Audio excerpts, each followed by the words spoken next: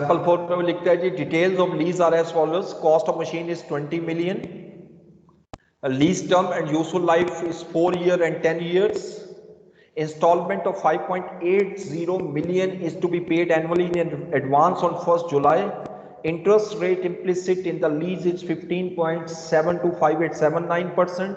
At the end of lease term, MTL has an option to purchase the machine on payment of 2 million. ये भी कल हमने discussion की थी. Fair value of machine at the end of lease term is expected to be 3 years. इसको भी आप account for करोगे because it is reasonably certain the option shall be exercised. और MTL depreciate the machine on straight line method. It has nil residual value. Requirement मैं change कर रहा हूँ. Prepare the relevant extracts of the statement of financial position and relevant notes to the financial statement for the year ended.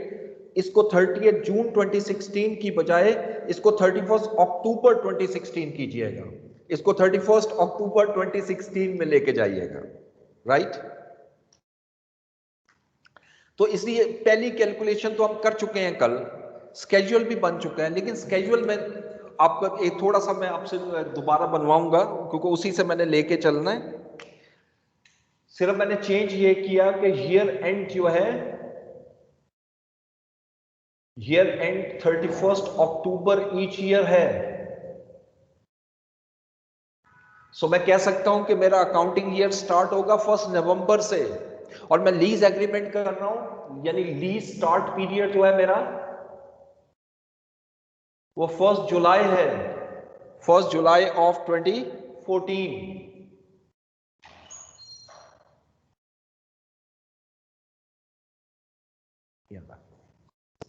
First July 2014, right?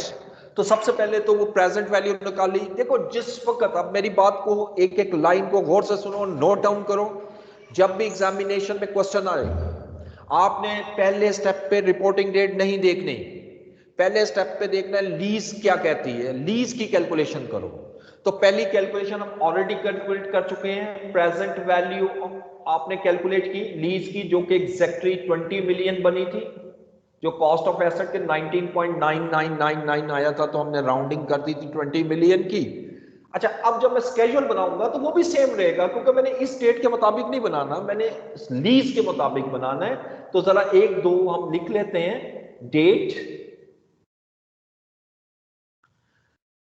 First जो payment करोगे वो 1 जुलाई 2014 को ही होगी. उसी तरह लीज लाइबिलिटी का ओपनिंग बैलेंस बताइएगा कितना था जी. ये 20 मिलियन था. एक स्टूडेंट जरा मुझे बताता रहे फाइनेंस कॉस्ट कितनी निकाली थी. इस पे तो नील थी. और रेंटल पेमेंट्स जो आपने की 5.80, और लीज लाइबिलिटी का क्लोजिंग बैलेंस मेरे पास आ गया 14.20. अच्छा, इसी तरह 1 जुलाई 2015 में आऊंगा. मैंने सिर्फ 3 वैल्यूज लिखनी है बस. आप मुझे सिर्फ 3 वैल्यूज लिखा दीजिएगा, इनफ है. तो फाइनेंस कॉस्ट कितनी आई थी इसकी? 2.23 और 5.80 माइनस हुआ था. तो अब लीज लाइबिलिटी 10.63. इसी तरह 1 जुलाई 2016 10.63 1.67 और 5.80 6.50 10. ओके, अब यहां रुक जाते हैं. क्वेश्चन की रिक्वायरमेंट में सिर्फ ये चेंज कर रहा हूं, फॉर द ईयर एंडेड 30 जून 2016 की बजाय मैं 31 अक्टूबर 2016 करता हूं, इंक्लूडिंग कंपैरेटिव फिगर्स. अब देखो सिर्फ एक्सट्रैक्ट बनाने हैं मैंने. जो क्वेश्चन की रिक्वायरमेंट है वो एक्सट्रैक्ट्स है. जरा देखते जाइए कैसे बनाएंगे, और नोट्स हैं. Extract from statement of comprehensive income for the year ended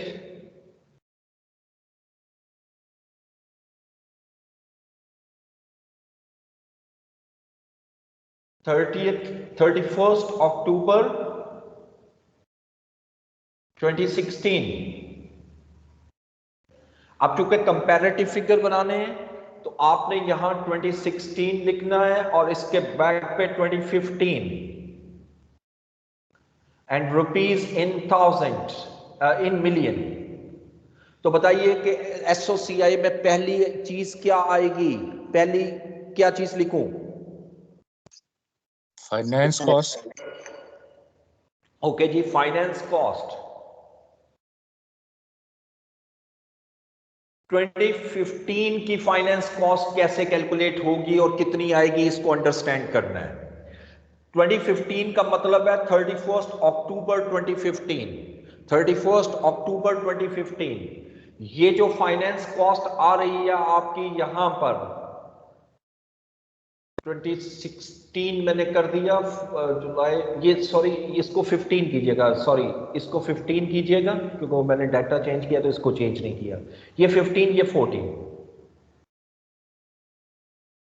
अच्छा, अब मुझे चाहिए फाइनेंस कॉस्ट अप टू 31 अक्टूबर 2014, 31 अक्टूबर 2014। अब आप देखो कि ये जो फाइनेंस कॉस्ट आ रही है 2.23, ये किस पीरियड की है, इसको मैं नंबर 1 लगाकर यहां ला रहा हूं समझाने के लिए।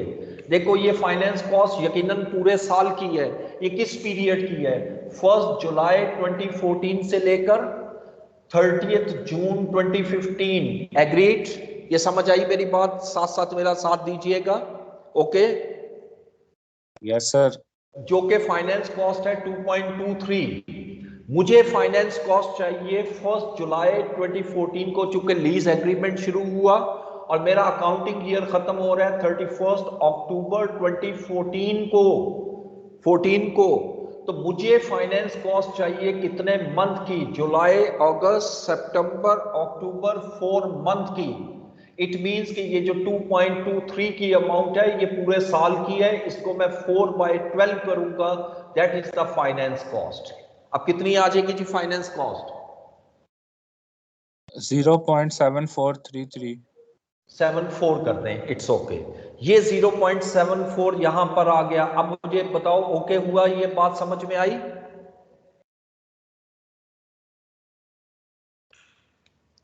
यस सर, समझ आ गया। डन हो गया, ओके।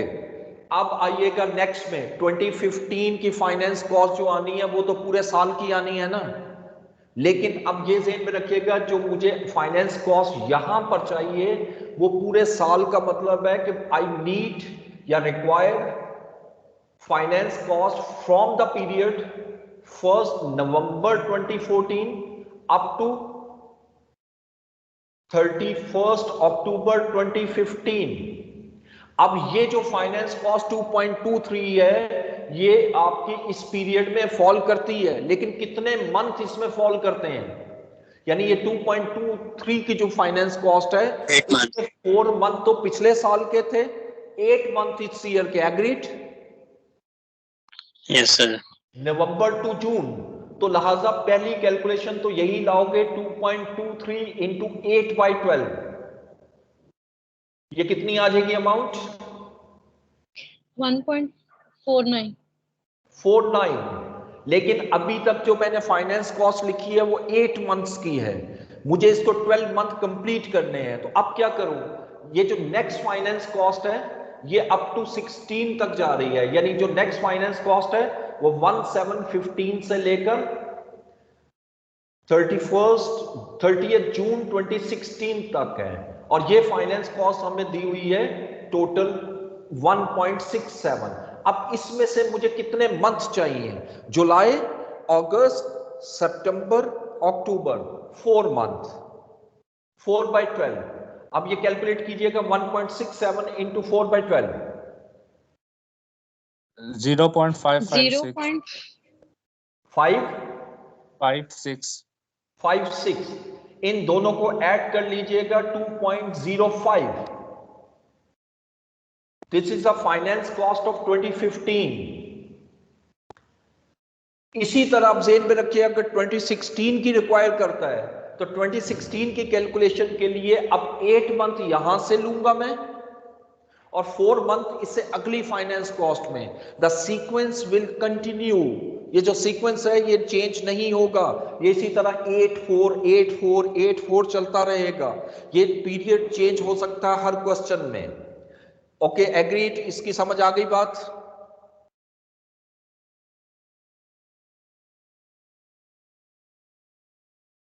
Yes sir. ओके जी सर, उसके आ गई। अलावा जी ठीक है, और क्या चीज आएगी जी एसओसीआई में? Sir depreciation expense. Good, depreciation expense which is very easy, और ये कल डिसाइड हो गया था हमारा क्वेश्चन में कि depreciation should be based on 4 year और 10 ईयर्स। 10 years। 10 years sir. तो एक साल की डेप्रिसिएशन 2 मिलियन बनती है, तो यहां तो मैं 2015 में 2 मिलियन लिख देता हूं, 2014 में कितनी डेप्रिसिएशन आएगी जी?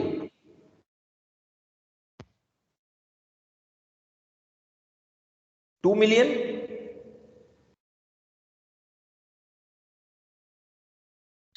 4 months की आएगी सर। 4 मंथ की, यानी 2 इंटू 4/12 आई थिंक 0.67 बनेगी, चेक कर लीजिएगा कैलकुलेशन, या 0.75 शायद बने।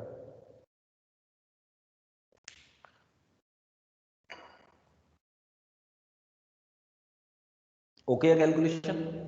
सर 0.67 बनती है। 0.67, 67। ठीक है वही लिखी है मैंने, थोड़ी बहुत कैलकुलेशन मुझे आती है। अच्छा अब आइएगा, extract from statement of financial position as eight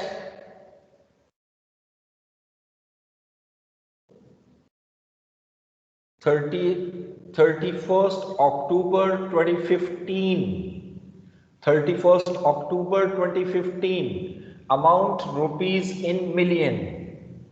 again इसी तरह दो कॉलम बनाइएगा, 2015 का मतलब है अप टू 31st October 2015, 2014 का मतलब क्या हुआ, अप टू 31st October 2014। तो बताइए पहली हेडिंग कौन सी लूं?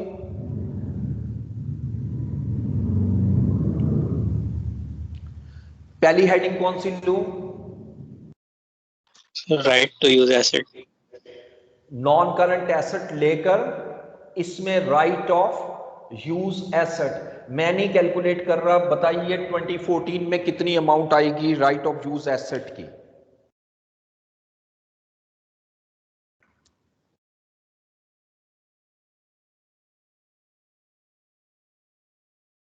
$19.33। गुड, क्योंकि 20 मिलियन का एसेट था जिसमें 0.67 आपकी डेप्रिसिएशन हो गई, 19.33, और 2015 में कितना आएगी जी नेट बुक वैल्यू? 17.33 जी। फर्दर 2 मिलियन जो डेप्रिसिएशन है वो माइनस कर दी, दिस इज वेरी इजी। हाँ अब जो चीज आपने ख्याल करना है that is non current liability, और इसमें लिखूंगा लीज लाइबिलिटी। प्लीज एक ही प्रिंसिपल जो मैंने समझाया उसी को फॉलो करना है, और करंट लाइबिलिटी इसमें वही लीज करंट पोर्शन आ जाएगा ऑफ लीज लाइबिलिटी, और साथ में अक्रूड फाइनेंस कॉस्ट आएगी,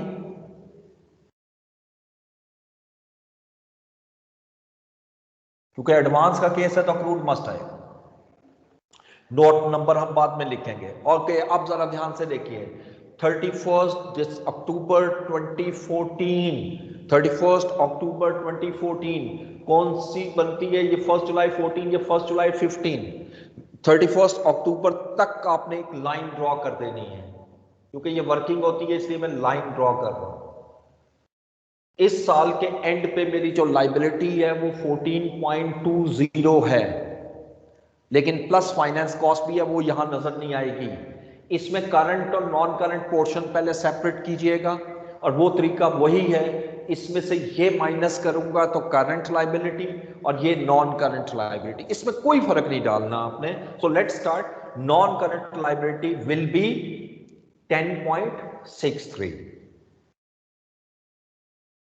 और जो करंट पोर्शन है that will be calculated as 5.80 minus 2.23। How much?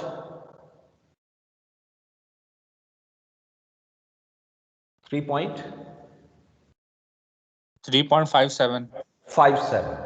अच्छा, अब अक्रूड फाइनेंस कॉस्ट जो है वो कितनी आएगी?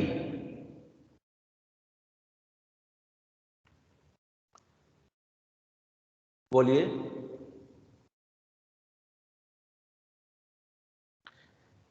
बहुत ध्यान से जवाब देना है, या 4 मंथ की आएगी या 8 मंथ की आएगी? टेल मी।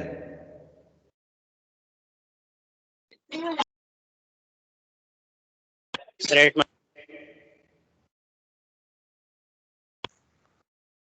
मुझे नहीं आपकी बात समझ आई, 4 मंथ या 8 मंथ?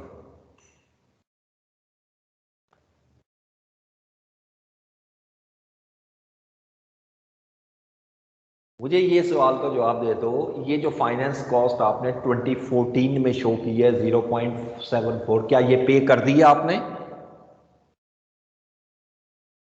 मुझे बताओ, ये पे की है?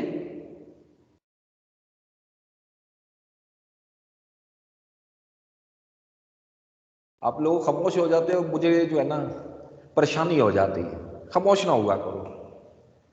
मैंने ये कहा कि ये जो फाइनेंस कॉस्ट आपने कैलकुलेट की थी 4 मंथ की 0.74, क्या आपने ये 31 अक्टूबर 2014 तक पे कर दी हुई है? Answer is no. ये तो पे होगी 1 जुलाई 2015 को। तो इट मींस कि ये जो अमाउंट आ रही है फाइनेंस कॉस्ट की, ये अक्रूड फाइनेंस कॉस्ट है। इसमें क्या मुश्किल है? अगले साल का मुझे बताइए। अब अगला काउंटिंग ईयर वो इस लाइन को ड्रॉ कर रहा हूं। अब बताइए इसमें नॉन करंट लायबिलिटी कितनी आएगी? बोलो।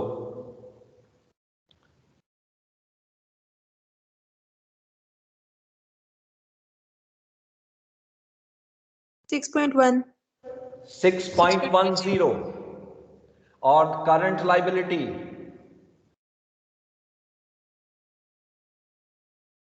4.13। 4.13।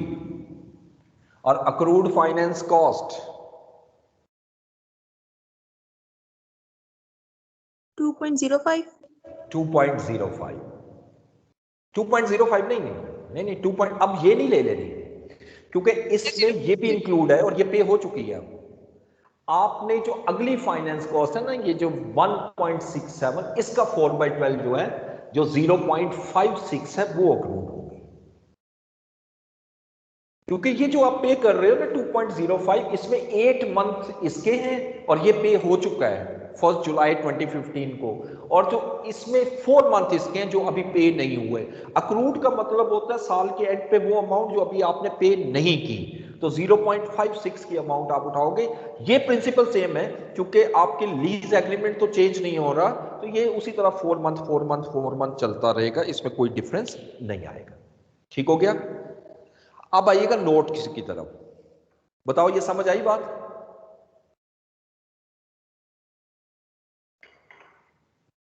Yes sir.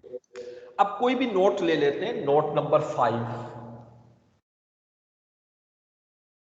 और मैं यहां पर नोट 5 यहां पर लिख देता हूं। लीज लायबिलिटी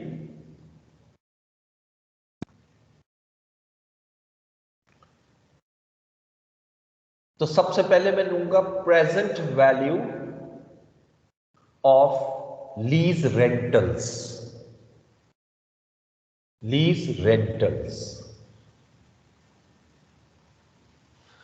अच्छा, अब इसको 2 हिस्सों में मैं लिख रहा हूं। पहले लिख लूं, फिर अमाउंट बताऊंगा कैसे करना है आपने।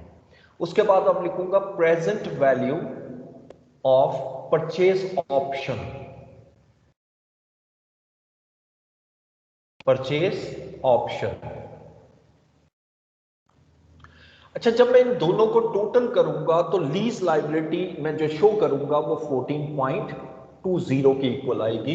ये मैं 2014 की बात कर रहा हूं। ये 15 है और ये 14। ये बोर्ड यहां तक नजर आ रहा है या नहीं आपको?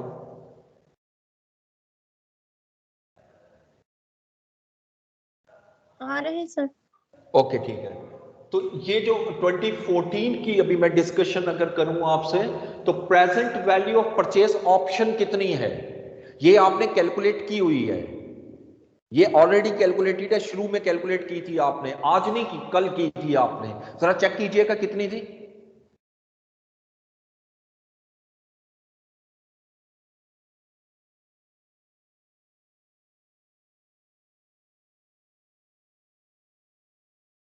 $1.115. 1.115 12 कर दें, ठीक है। अच्छा, अब यहां पर जो लाइबिलिटी है, लीज लाइबिलिटी आ जाएगी मेरी यहां पर, और लीज लाइबिलिटी की प्रेजेंट वैल्यू, प्रेजेंट वैल्यू। अब बताइएगा लीज लाइबिलिटी की प्रेजेंट वैल्यू कितनी है? ये आ रही है 14.20। अब इसमें इन दोनों का जो डिफरेंस है वो यहां पर आ जाएगा, ठीक है। इन दोनों का डिफरेंस लीजिएगा, कितना आया डिफरेंस? 13.08। ये present value of lease rentals हो गए, और ये आपकी परचेज ऑप्शन आ गई, ये present value of lease liability हो गया। इसमें से अब लेस कर देता हूं करंट पोर्शन, और करंट पोर्शन जो है हमारा वो 3.57 है। ये 3.57 लेस करूंगा तो ऑब्वियसली नॉन करंट पोर्शन आ जाएगा मेरा लीज लाइबिलिटी का, जो ऑलरेडी हम कैलकुलेट तो कर चुके, वहीं से मैं उठा लेता हूं 10.63। ये एक साल मुकम्मल हुआ, ठीक है जी। अब अगले अकाउंटिंग ईयर में आएंगे 2015 में, तो present value of purchase option तो वही आएगा 1.12, लेकिन लीज लाइबिलिटी जो मेरी है वो अब 10.63 होगी, और 10.63 में से 1.12 लेस कर देता हूं तो 9.51 आ जाएगा। और अब इसमें जो करंट पोर्शन है वो आपने कैलकुलेट किया हुआ है, हमने करंट पोर्शन 4.13, इसमें से 4.13 लेस कर दें तो 6.10 नॉन करंट पोर्शन आ जाएगा, जो हम ऑलरेडी शो कर चुके हैं। उसके बाद इसी में नोट 5.1 में कन्वर्ट हो, undiscounted maturity analysis, maturity analysis,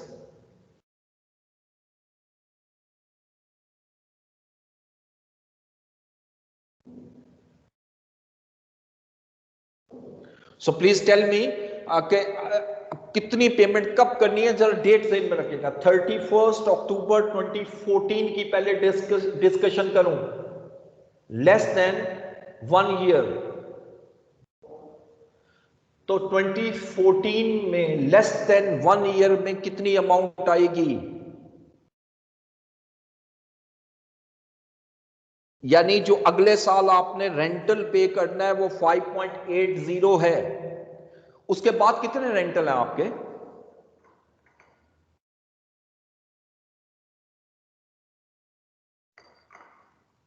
question के मुताबिक 4 रेंटल थे, 4 में से एक पे हो चुका है एडवांस में, बाकी 3 रह गए, 3 में से एक ये अमाउंट आ गई, उसको निकाल दो, बाकी 2 रेंटल रह गए। 2 रेंटल प्लस परचेज ऑप्शन वो कहलाएगी मोर देन 1 ईयर या greater than 1 year but less than 5 years। तो इसमें जो अमाउंट आएगी वो 5.8 इंटू 2 प्लस 2, तो 5.8 इंटू 2 करोगे तो ये 11.6 हो गया, प्लस 2 13.60। अब इसको ऐड कर लीजिएगा,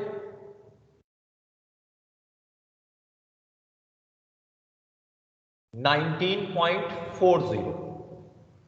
अब ये अमाउंट 19.4 और ये 12.4 ये सेम नहीं हो सकती।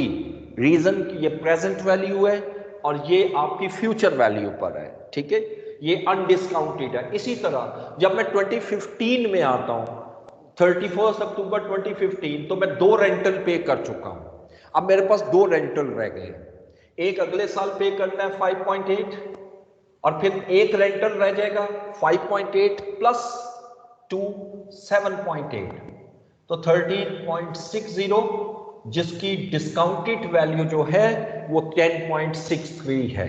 This is the proper disclosure IFRS 16 lessee accounting के हवाले से। बताओ ओके है? अब यानी तीनों सिचुएशन कराइए जी। सर बुक के सॉल्यूशन में ना सर इसमें एक राइट ऑफ यूज एसेट के बारे में भी डिस्क्लोजर बनाया था सर, उसकी बनाने की जरूरत है? नहीं, इसकी जरूरत नहीं होती इसमें लीज में। Okay sir. ये असल में PPE का है ना डिस्क्लोजर, तो इसमें तो सिंपल आपको अगर बनाना भी, अगर वो कहेगा तो बना देना, अदरवाइज कोई जरूरत नहीं। और इसमें तो कोई रिवैल्यूएशन नहीं आनी, कुछ भी नहीं, सिंपल एडिशन होनी है और डेप्रिसिएशन होनी है।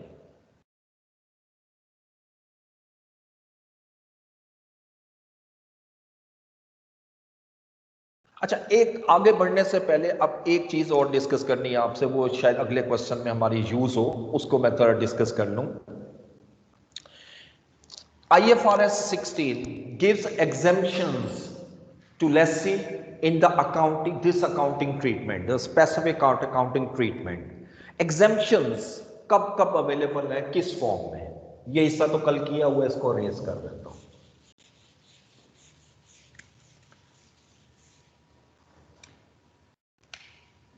Exemptions to use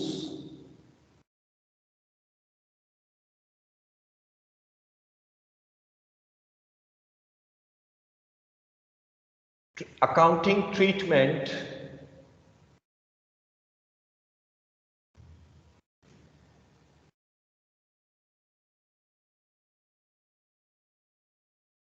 of IFRS या ऑफ लीज कर दो, जो लीज का अकाउंटिंग ट्रीटमेंट है, चाहे वो लेसर अकाउंटिंग हो या लेसी अकाउंटिंग, इसमें बात नहीं कर रहा। ये सिंपल एग्जाम्पशन का मतलब है there is no need to use this method कि मैं इसको प्रेजेंट वैल्यू में कन्वर्ट करूं, मैं इसको फाइनेंस कॉस्ट कैलकुलेट करूं, even that lease is a finance lease. ठीक है, इसमें दो सिचुएशन है जहां स्टैंडर्ड एग्जाम्पशन देता है। एक तो हमें कहता है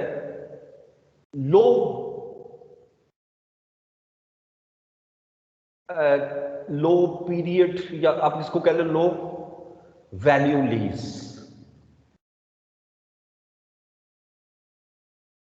लो वैल्यू लीज पे आप ये कॉन्सेप्ट रखें, मटेरियलिटी कॉन्सेप्ट से रख लीजिए, यानी ऐसा एसेट जिसकी अमाउंट इमटेरियल है। फॉर एग्जांपल, आप एक लीजिंग कंपनी से लीज एग्रीमेंट कर रहे हैं और उसमें 3 एसेट जो हैं वो आप लीज करवा रहे हैं, जिसमें एक मशीन है, मशीन ए, इसके अलहदा से लीज एग्रीमेंट हुआ, लेकिन एक ही लीजिंग कंपनी से एक मशीन बी का करवाया, और साथ में आपने फर्नीचर का भी लीज एग्रीमेंट करवाया।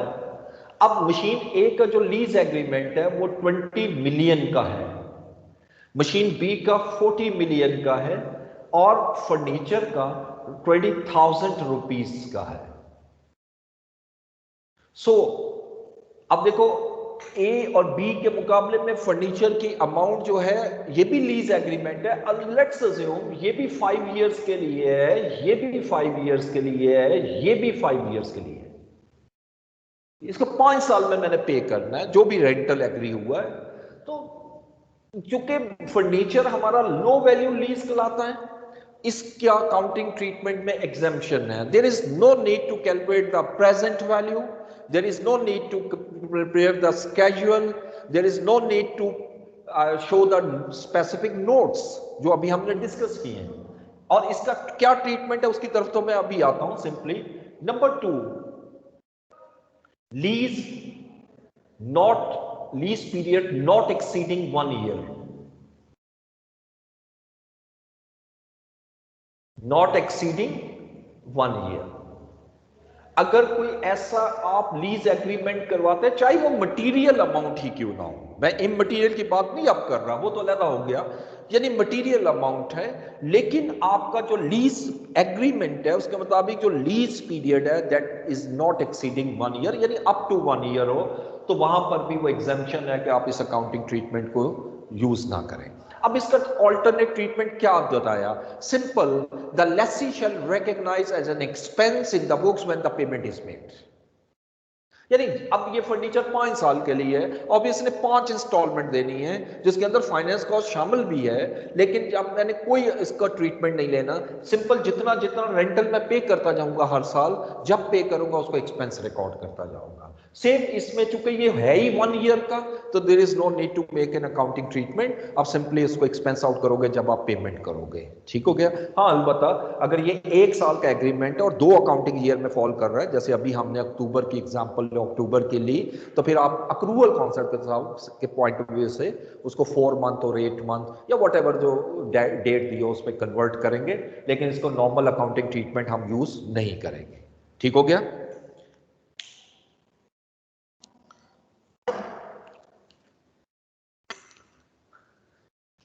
अब एक आधी एग्जांपल और देखते हैं, उसके बाद फिर इंशाल्लाह लेसी अकाउंटिंग की तरफ मैंने आना है। एग्जाम्पल 5 देखिएगा, अकेशिया लिमिटेड, एग्जाम्पल 5, और ये पेज नंबर है जी मेरे पास 547। ओपन कर लीजिएगा बुक। ये पास्ट पेपर का ही क्वेश्चन है, शायद थोड़ा सा अमेंड किया हुआ है। रिक्वायरमेंट मैं पहले पढ़ रहा हूँ। Prepare all extracts from Acacia's Limited financial statements for the year ended 31st March 2016। अब इसमें 2 केसेस दिए हुए हैं, 2 मतलब लीज एग्रीमेंट का मुतालिक बताया हुआ है। इसमें number 1, plant with a fair value of 275,000 was leased under an agreement which requires Acacia Limited to make annual payments of 78,250 on 1st April each year commencing from on 1st April 2015। ये start of the period आ गई lease for 4 years के लिए lease करवाई है। After the 4 years Acacia Limited has the option to continue the lease the plant at a nominal rent for a further 3 years and is likely to do so. The asset has an estimated useful life of 6 years. The present value of lease payment is 1,272,850। यहां पर इस question में उसने present value हमें खुद ही दे दी है। ठीक है? Acacia's Limited is responsible for ensuring and maintaining the plant during the period of the lease। अच्छा, आप सिर्फ मुझे पहले तो ये सवाल का जवाब दें कि ये लीज कौन सी है? इज इट ऑपरेटिंग लीज और फाइनेंस लीज? जी बताइए।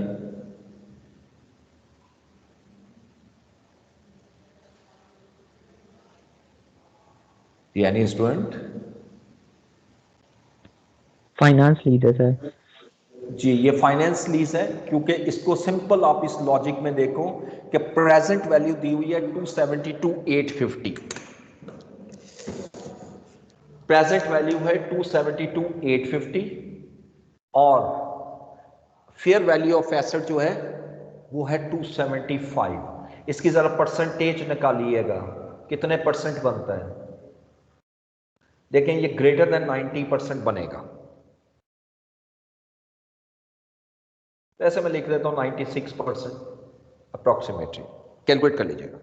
अब चूंकि हमने एक कंडीशन पढ़ी थी, 5 कंडीशंस पढ़ी थी हमने, वो 5 कंडीशंस माइंड में रखनी है। और हमने ये भी डिस्कस किया था, if any one of these condition is met the lease is a finance lease. तो चूंकि ये present value of lease payment is approximate to the fair value of asset, therefore the lease is a finance lease. ठीक हो गया? ये तो finance lease है, उसका रेट जो है ना वो एंड पे दिया हुआ है। Acacia Limited allocates financial charges on an accrual basis. Interest rate implicit in the lease is 10%। यानी इसकी कैलकुलेशन आपने 10% पर कैलकुलेट करनी है, राइट? अच्छा, अब इसके बाद नेक्स्ट आइएगा बी देखिए। Office equipment with a fair value of 24,000 was leased under a non cancellable agreement which required Acacia Limited to make annual payments of 6,000 on 1st April each year commencing on 1st April 2015 for 3 years। ये 3 साल के लिए आपने payments करनी है। Lessor remains responsible for ensuring and maintaining the equipment during a period of lease। The equipment has an estimated useful life of 10 years। Present value of lease payment is 16,415 The lease is a considered low value item by lease by Acacia Limited. ठीक है, ये थोड़ा सा amend किया हुआ I think question जो पास paper से है। पास पेपर में ये जो आखिरी स्टेटमेंट है ये नहीं है और उसमें ये ऑपरेटिंग लीज बनती है। ठीक है, इसमें फाइनेंस लीज नहीं बनती, लेकिन बहरहाल यहाँ पर उसने ये लिख दिया कि लो वैल्यू लीज है, तो फिर इसका वो अकाउंटिंग ट्रीटमेंट हम नहीं लेंगे जो नॉर्मली हम करते हैं। इसका अकाउंटिंग ट्रीटमेंट हम वो लेंगे जो अभी मैंने आपसे डिस्कस किया, यानी इसको सीधा प्रॉफिट एंड लॉस में ट्रांसफर करेंगे। क्वेश्चन की रिक्वायरमेंट, आपने एक्सट्रैक्ट बनाने हैं 31 मार्च 2016, एक साल का एक्सट्रैक्ट बनाना है। सीधा एक्सट्रैक्ट की तरफ आते हैं, और इसमें तो नोट भी नहीं है, कोई ऐसा नोट की जरूरत भी नहीं है मुझे, लेकिन बना लें तो बेहतर है, उस पर भी कोई हर्ज नहीं।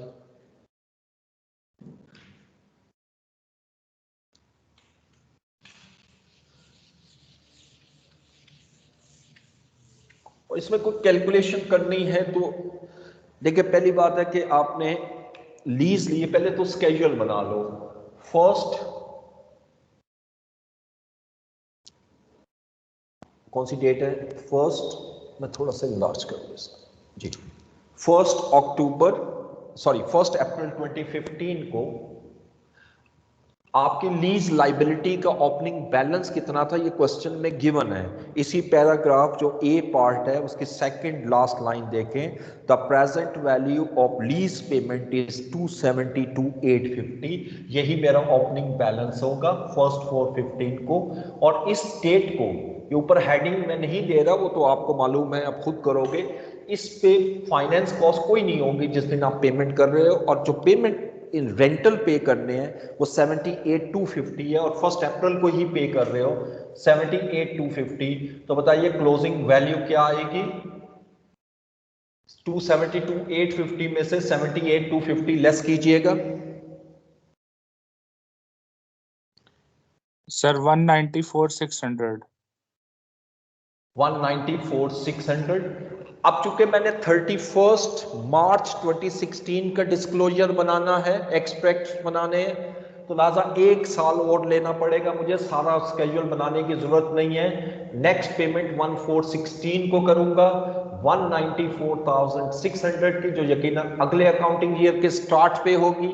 अब इस पे फाइनेंस कॉस्ट 10% कैलकुलेट करूंगा 19,460, और रेंटल वही होगा 78,250। तो बताइएगा कि क्लोजिंग वैल्यू क्या आई?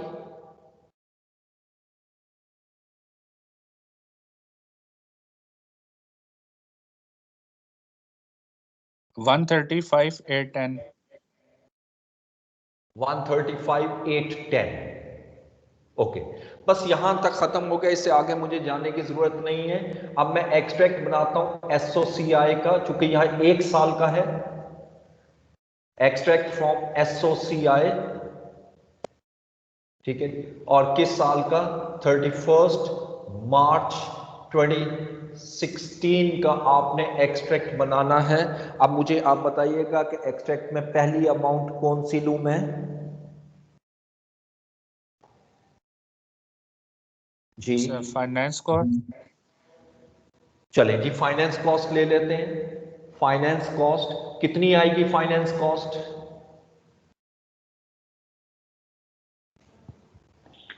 सर दूसरे क्वेश्चन की शेड्यूल और फिर उसके एक्सट्रैक्ट अलग से बनेंगे? I could not understand. Can you repeat the question? Sir मैं ये कहना चाह रहा हूँ कि जो इसमें दो केसेस हैं, सेकंड केस के आपका शेड्यूल और फिर उसके एक्सट्रैक्ट अलग से बनेंगे? नहीं, एक ही बनेंगे। क्योंकि सर आपने सिर्फ अभी सर एक ही केस लिया ना। जी जी, दूसरा डिसाइड हो गया ना हमारा कि दूसरा तो आपने लो वैल्यू लीज है ना, उसका तो ट्रीटमेंट सीधा सीधा एसओसीआई में आना है, उसका तो स्केड्यूल की जरूरत ही नहीं, लो वैल्यू लीज का। ठीक है, इसलिए उसका तो कोई वर्किंग हमने इसलिए नहीं बनाई। वो लो वैल्यू लीज है, वो तो सीधा से एक्सट्रैक्ट में आ जाएगा। जो रेंटल पे कर रहे हैं ना वो सारा एक्सपेंस है, बस दैट्स ऑल, उसका और कोई ट्रीटमेंट नहीं होना। ठीक है, okay sir, thank you. Finance cost कितनी आएगी जी? रुक गया था मैं, मुझे भूल गया, आप बता दो।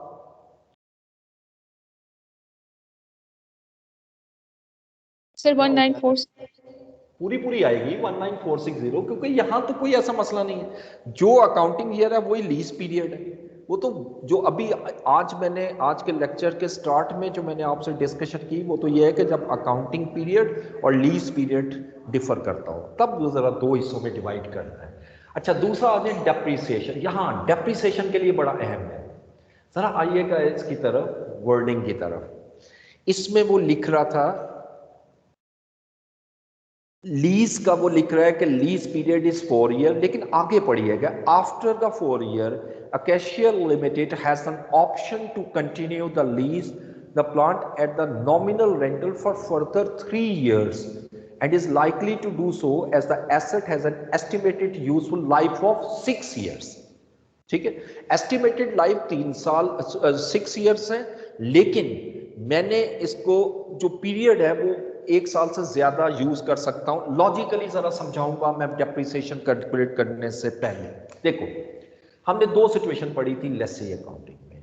एक हमने डिस्कस की थी ऑनरशिप क्या ट्रांसफर हो रही है लेसी को या नहीं। इसमें हमने दो चीजें पढ़ी थी, ownership is transfer to lessee और नॉट ट्रांसफर टू लेसी। जब मैंने कहा था ownership is transfer to lessee तो हमने ये भी पढ़ा था कि यूजफुल लाइफ को यूज करेंगे, और जहां लिखा ownership is not transfer to the lessee at the end of the lease period, तो फिर हमने डिस्कस किया था लोअर ऑफ लीज पीरियड और यूजफुल लाइफ। अब इस क्वेश्चन में कहीं मेंशन नहीं है कि whether the ownership is transfer to the lessee at the end of lease period और नॉट, कहीं नहीं लिखा हुआ। अब मैं क्या करूं, ऐसे क्वेश्चन जहां पर नहीं लिखा होता आप कोई भी मेथड लगाओ, आप देखोगे कि आंसर सेम आएगा। जरा देखते हैं, अगर मैं कहता हूं जी ownership is transferred at the end of lease period, the useful life is 6 years, so I have to make a depreciation on the basis of 6 years। अगर मैं कहता हूं ownership is not transfer to the lessee at the end of lease period, तो फिर हमने दो चीजें लेनी है। पहले लीज पीरियड देखिएगा, लीज पीरियड कितना है, क्वेश्चन में देखें कितना है, टेल मी। 7 years। जी 7 years।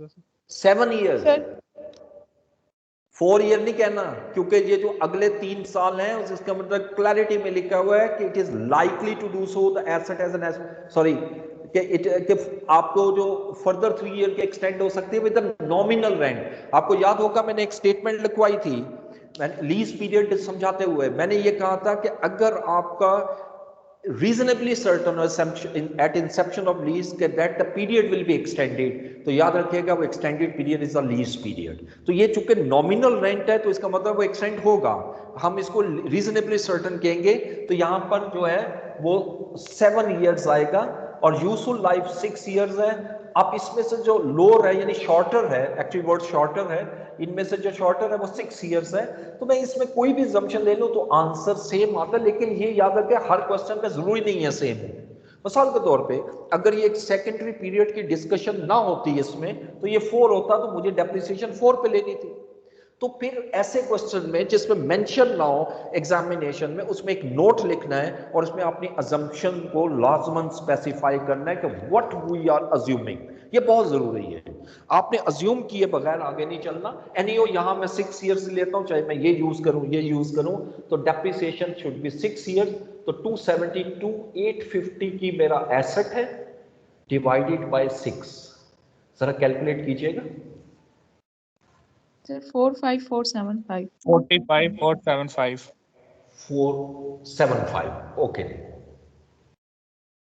अच्छा, तीसरा जो आ जाए वो दूसरी लीज की जो बात करें, अभी जैसे आप में से क्वेश्चन स्टूडेंट ने किया था, ये जो हमारा ऑफिस इक्विपमेंट है इसका हमारा डिसाइड हो चुका था कि it is a low value lease. और लो वैल्यू लीज का अकाउंटिंग ट्रीटमेंट सिंपल ये होता है कि जो आप रेंटल पे कर रहे हो that shall become expense.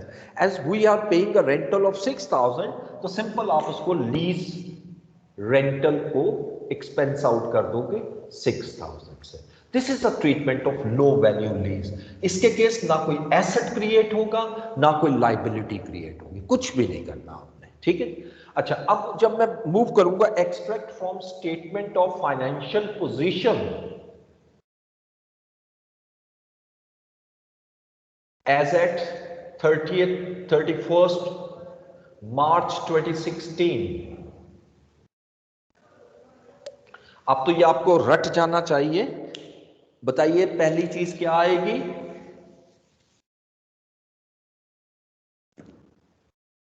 Right of use asset. Under a heading caption of non current asset, और राइट ऑफ यूज एसेट की जो अमाउंट आएगी कैरिंग वैल्यू वो यकीनन 272,850 माइनस 45,475 आएगी, which is equal to 227 I think 375. 375। अच्छा, उसके बाद आप नॉन करंट लाइबिलिटीज की तरफ आएंगे। नॉन करंट लाइबिलिटीज कितनी आएंगी जी इसमें? लीज लाइबिलिटी, टेल मी।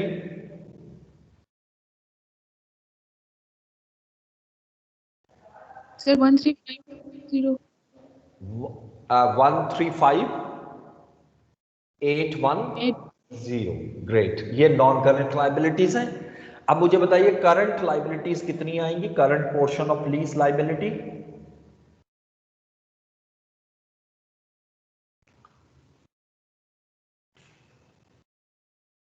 जी।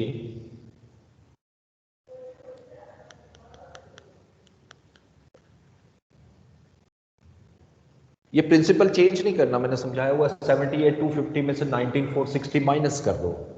Sir, 58,790. अच्छा, अब मुझे बताइए क्या अक्रूड फाइनेंस कॉस्ट आएगी इसमें?